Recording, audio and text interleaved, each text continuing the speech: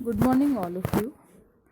12th class हम पढ़ रहे थे, हमारा पार्ट 6 राजनीतिक आंदोलन। इसमें हमने पढ़ा 1922 से 1930 की घटनाक्रम। कल हमने स्वराज्य दल पढ़ा था कि 1923 में किस प्रकार से स्वराज्य दल का निर्माण होता है और उसके कार्य कैसे होते हैं। आज हम पढ़ेंगे साइमन कमीशन। साइमन कमीशन 1927 में ब्रिटिश सरकार के द्वारा एक कमीशन नियुक्त किया जाता है नवंबर 1927 में, और इसमें एक भी भारतीय प्रतिनिधि नहीं करने वाला कोई भी व्यक्ति नहीं होता है इसमें। और इस आयोग का, इस कमीशन का प्रमुख कार्य यही होता है कि संवैधानिक सुधार का सुझाव दिया जाए कि भारत में कैसे सुधार किया जा सकता है संविधान के द्वारा। भारतीय शासन व्यवस्था के संबंध में ये जांच भी कर रहा था और इस कमीशन को ये रिपोर्ट देनी थी कि कैसे उत्तरदायी शासन अगर भारत में लागू किया जाए तो क्या सही है या गलत है, और प्रांतों में जो द्वैध शासन लगाया गया था क्या वह सही है और गलत है। इन दोनों की जांच करनी थी इसका साइमन कमीशन को। एक भी भारतीय सदस्य इस कमीशन में नहीं था, इसलिए भारतीयों ने आत्मनिर्णय के सिद्धांत को उल्लंघन मानते हुए ये माना कि ये हमारा अपमान है।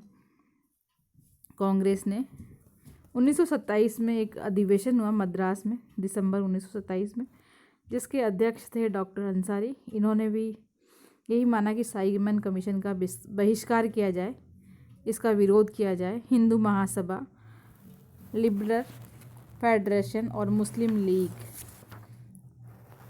इन्होंने भी साइमन कमीशन का विरोध किया। हालांकि मुस्लिम लीग ने साइमन कमीशन के विरोध के प्रश्न पर मोहम्मद शफी के नेतृत्व में एक गुट मुस्लिम लीग से कुछ अलग हो गया था, क्योंकि कुछ लोग थे ऐसे जो ब्रिटिश सरकार के पक्ष में थे।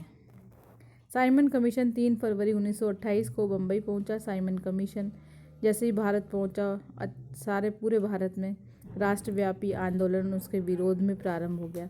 बम्बई, मद्रास, दिल्ली, कलकत्ता आदि स्थानों पर एक अखिल भारतीय हड़ताल की गई। जहाँ जहाँ ये कमीशन गया वहाँ काले झंडे इसको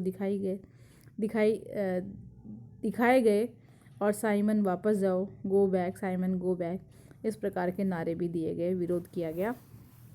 केंद्रीय विधानसभा ने भी साइमन का स्वागत करने से इनकार कर दिया। जब साइमन कमीशन लाहौर पहुंचा तो वहां भी पंजाब के प्रमुख जो नेता थे लाला लाजपत राय, इनके नेतृत्व में बहुत बड़ी संख्या में जनसमूह ने विरोध किया, प्रदर्शन किया।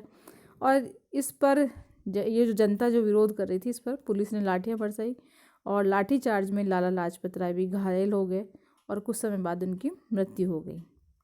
अब बात करें हम लखनऊ की, तो वहाँ भी साइमन कमीशन का विरोध किया गया।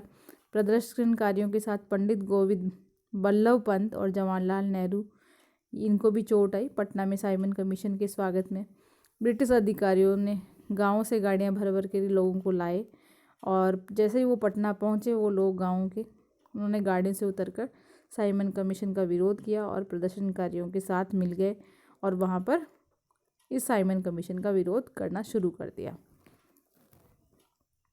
मजदूर और किसानों और नवयुवकों ने साइमन कमीशन के विरोध में एक महत्वपूर्ण आंदोलन किया और उसमें योगदान दिया।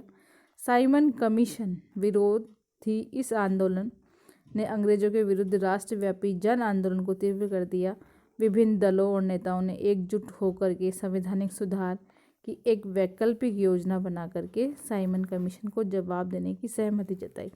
इसका यही हुआ कि कुल मिलाकर जो विभिन्न अलग अलग प्रकार के जो दल थे, नेता थे, सभी ने एकजुट हो गए सभी, क्योंकि ये सभी चाहते थे कि साइमन कमीशन वापस चला जाए और भारतीयों को कोई उत्तरदायित्व शासन के जो दिया जा रहा है उस पर जांच की जा रही है वो न हो।